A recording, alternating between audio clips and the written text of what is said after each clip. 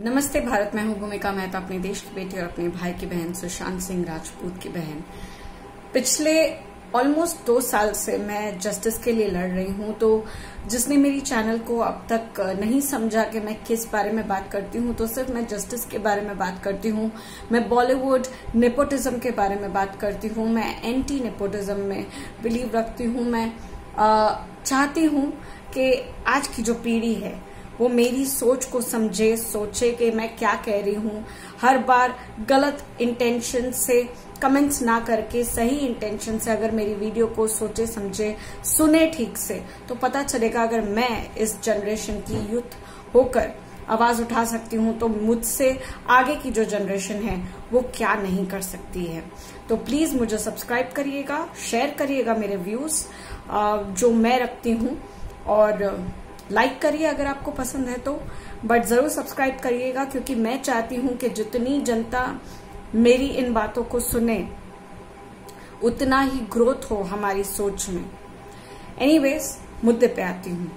तो मुद्दा ये है, पहली बात तो नवाब मलिक के लिए थोड़ी सी बातें कर लूं। नवाब मलिक वही है जो आजकल सुर्खियों में है, ईडी की हिरासत में है, रिमांड में है, और आज 7 मार्च यानी कि आज रिमांड खत्म होने वाली थी, जो कि सेकंड रिमांड थी। पहली रिमांड 3 मार्च तक थी, जो कि बढ़ाई गई थी पीएमएलए कोर्ट में, और मुंबई हाई कोर्ट यानी कि बॉम्बे हाई कोर्ट ने कह दिया था जो भी आपको डिसीजन लेना है पीएमएलए कोर्ट आप ले सकते हो, मुझे कोई भी प्रॉब्लम नहीं है।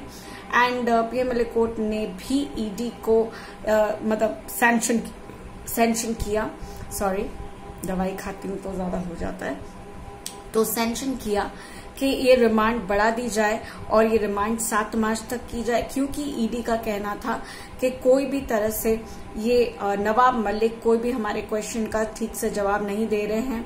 सिर्फ यही कहते हैं हमारी तबीयत खराब है, मेरी तबीयत खराब है, जिसकी वजह से उनको जेजे हॉस्पिटल में 4 दिन रखा भी गया। उसके बाद वो वापस आए तो उतना समय नहीं मिला ईडी को उनके रिपोर्ट्स तैयार करने के लिए, तो समय की वजह से 7 मार्च तक उनको पूरी तरह से रिमांड में फिर से वापस डाला गया। लॉकअप में नवाब मलिक से बहुत सारी बातें करी गई, इंटेरोगेशन बहुत ही ज्यादा अच्छी तरह से हुआ, एंड सामने आ रहा है कि तीन बहुत बड़े केसेस जो नवाब मलिक के ऊपर लगे हैं, मनी लॉन्ड्रिंग हो या जोर जबरदस्ती किसी प्रॉपर्टी को हड़पना और उसके ऊपर कमर्शियल यूज करके उस प्रॉपर्टी को कमर्शियल यूज से जो पैसे मिलते हैं वो उसके ओनर को भी नहीं दिया जाता है। और ऐसे बहुत सारे प्रॉपर्टीज के बारे में पता चला जो दाऊद यानी कि दाऊद जो होते हैं, जो दाऊद है, दाऊद कंपनी, डी कंपनी, उससे कनेक्टेड है, उनकी बहन से ली गई प्रॉपर्टी है। मैं भूल गई उसकी बहन का नाम, बट दाऊद का पूरा हाथ रहता है इसकी कोई भी जैसे कहते हैं कोई भी बड़ी से बड़ी प्रॉपर्टी की, और 200 करोड़ की प्रॉपर्टी का पता चला है जो कि मनी लॉन्ड्रिंग की वजह से खरीदी गई है। इसका कोई भी तुक नवाब मलिक नहीं दे पा रहे हैं, चुप है, क्योंकि पूरे एविडेंस मिल चुके हैं, ईडी के पास पूरे एविडेंस है। तो आज 7 मार्च को वापस से कोर्ट में हियरिंग होने वाली थी और पता होने वाला था कि आगे क्या होने वाला है। लेकिन ये सब कुछ हो उससे पहले ही नवाब मलिक जानकर आपको बहुत हैरानी होगी कि 7 मार्च को बॉम्बे हाई कोर्ट में और पीएमएलए कोर्ट में दोनों ही जगह हियरिंग थी, जो अब नहीं हो रही है बिकॉज नवाब मलिक वापस से हॉस्पिटलाइज्ड हो गए हैं। तो जैसे कि हमें पता है बॉम्बे हाई कोर्ट और पीएमएलए कोर्ट दोनों की ही तरफ से ये अलाउंस है कि नवाब मलिक के जो लीगल टीम के जो वकील है उनकी सुनवाई में उनके इंटेरोगेशन के वक्त उनसे मिल सकते हैं, उनके साथ बैठ सकते हैं इंटेरोगेशन में। इनफैक्ट उनको जब मिलना हो उनको पूरी तरह से छूट दी गई है मिलने के लिए। और ऐसा ही हुआ, आज सुबह वकील गया नवाब मलिक से बात करने के लिए, और वकील ने ऐसी क्या बात करी, क्या हुआ कि बस 5-10 मिनट का खेल हुआ और नवाब मलिक की दिल की धड़कन धम धम धम धम बहुत ज्यादा जोर जोर से चलने लगी। अब लोग ये मान सकते हैं कि उसे ये पता चल रहा था कि 7 मार्च को उसकी रिमांड अब उतनी बढ़ेगी नहीं, और कहीं ना कहीं उसको ये भी लग रहा था कि कुछ भी हो सकता है, कहीं बढ़ ना जाए। तो ये सारी बातें जो उसके दिल में घबराहट पैदा कर रही थी, तो नवाब मलिक की दिल की धड़कनें बहुत ज्यादा तेज हो गई और इतनी खराब हुई कि उसे वापस से हॉस्पिटलाइज किया गया। लेकिन जो बड़ी खबर है वो ये है कि ईडी की टीम कहती है कि नहीं, ये रेगुलर चेकअप है, जो रेगुलर चेकअप कोर्ट में जाने से पहले किया जाता है। तो अभी भी संभावना है कि कोर्ट की सुनवाई हो सकती है, लेट्स सी। लेकिन ये सब मुझे थोड़ा सा ट्रिकी लग रहा है, थोड़ा फिशी लग रहा है कि ऐसी क्या बात हुई अचानक जो वकील के जाने के 10 मिनट के बाद, 10-15 मिनट के बाद ही नवाब मलिक की दिल की धड़कनें तेज हो जाती है और उसे हॉस्पिटलाइज किया जाता है। ये यकीनन मुझे लगता है कि 7 मार्च के बाद जो रिमांड बढ़ सकती थी उसको स्टॉप करने की एक साजिश हो सकती है, या ये दिखाया जाता है कि मैं लॉकअप में कितना मजबूर हो गया हूं, मैं एक रात भी सोया नहीं हूं, मेरी तबीयत इतनी खराब रहती है। बहुत सारी मनगढ़ंत कहानियां हो सकती है। तो let's see, let's check in forward के क्या होता है। मैं आप तक अपडेट जरूर बताऊंगी, मैं आपको अपडेट जरूर करूंगी। दूसरी जो बहुत महत्वपूर्ण बात है जिसकी वजह से आज मैं कहूंगी कि मेरा अस्तित्व अब तक पहुंचा है, वो है सुशांत सिंह राजपूत। दिशा सल्यान के केस के ऊपर बहुत बड़ी बातें चल रही है। ये रूपाली जी ने जो महिला आयोग ने एक मनगढ़ंत कहानी महाराष्ट्र के सीएम उद्धव ठाकरे के साथ हाथ मिलाकर उसके बेटे को बचाने की जो साजिश करके ये जो महिला आयोग रूपाली ने, yes, I will call you by your name because you don't deserve to get respect, no matter आपके नाम में जी लगाऊं या नहीं, आप रिस्पेक्ट के लायक मेरे नजर में नहीं हो, मेरी उसी नजर जिसका ऑपरेशन हुआ है उस नजर में नहीं हो। रूपाली ने ये कहा कि दिशा का बलात्कार नहीं हुआ है, रेप नहीं हुआ है, चलो मान लेते हैं उसने सुसाइड किया है, वो भी सारे कपड़े निकाल के उसने सुसाइड किया है। भैया अनबिलीवेबल। लेकिन मुझे अभी तक ये नहीं समझ में आता है उसका बॉयफ्रेंड कहाँ है। रूपाली, डू यू नो उसका बॉयफ्रेंड कहाँ है? क्या नाम था उसका? रोहन, राइट? तो क्या तुमने उसका इंटेरोगेशन या उससे बातें करने की कोशिश करी कि रोहन तुम कहाँ हो, तुम्हारी गर्लफ्रेंड का जब से सुसाइड उसने किया है एज पर यू, जब से उसका सुसाइड हुआ है तब से तुम कहाँ हो, लापता हो, तुम कभी भी सामने नहीं आए। क्या ये सोचा है? नहीं ना? सोचना, जरूर सोचना, सारे पॉइंट्स के ऊपर सोचना, उसके बाद अपनी रिपोर्ट वापस से बनाना। एक महिला होकर इतनी बेदरकारी बातें और इतना गंदीपन में उतर जाना, I am sorry, you are not suppose to be in महिला आयोग। तुमको उठा के फेंक देना चाहिए और मुझे इस बात को बोलने में कोई डर नहीं है। एनीवेज, तो रितेश राणे और नारायण राणे के ऊपर मानहानि का केस कर दिया दिशा सल्यान के माँ बाप ने, जो कि 3 करोड़ खा के बैठे हैं। 3 करोड़ अपनी बेटी के मौत को बेचकर खाकर बैठे हैं। उस माँ बाप को अब तक कुछ नहीं सूझा, अब उसे सूझता है नारायण राणे और नितेश राणे के ऊपर मानहानि का दावा करना। अब क्या होता है, देखिए मैं इन दोनों के ऊपर कुछ भी नहीं कहूंगी, क्योंकि जो भी है ये राणे लोग, ये जो बेटा और बाप है, उन्होंने कम से कम बुराई तो नहीं करी, ये तो नहीं कहा कि सुसाइड हुआ है। दिशा सल्यान और सुशांत सिंह राजपूत का मर्डर है, ये बहुत ही क्लियर नोट पे उन लोगों ने हमेशा कहा है, और उन्होंने ये कहा है कि हमारे पास सबूत है, सबूत है, सबूत है, जिसके लिए मैं अभी तक इंतजार कर रही हूँ, पूरा नेशन इंतजार कर रहा है। Nation wants to know where is the सबूत, लेकिन सबूत नहीं मिले।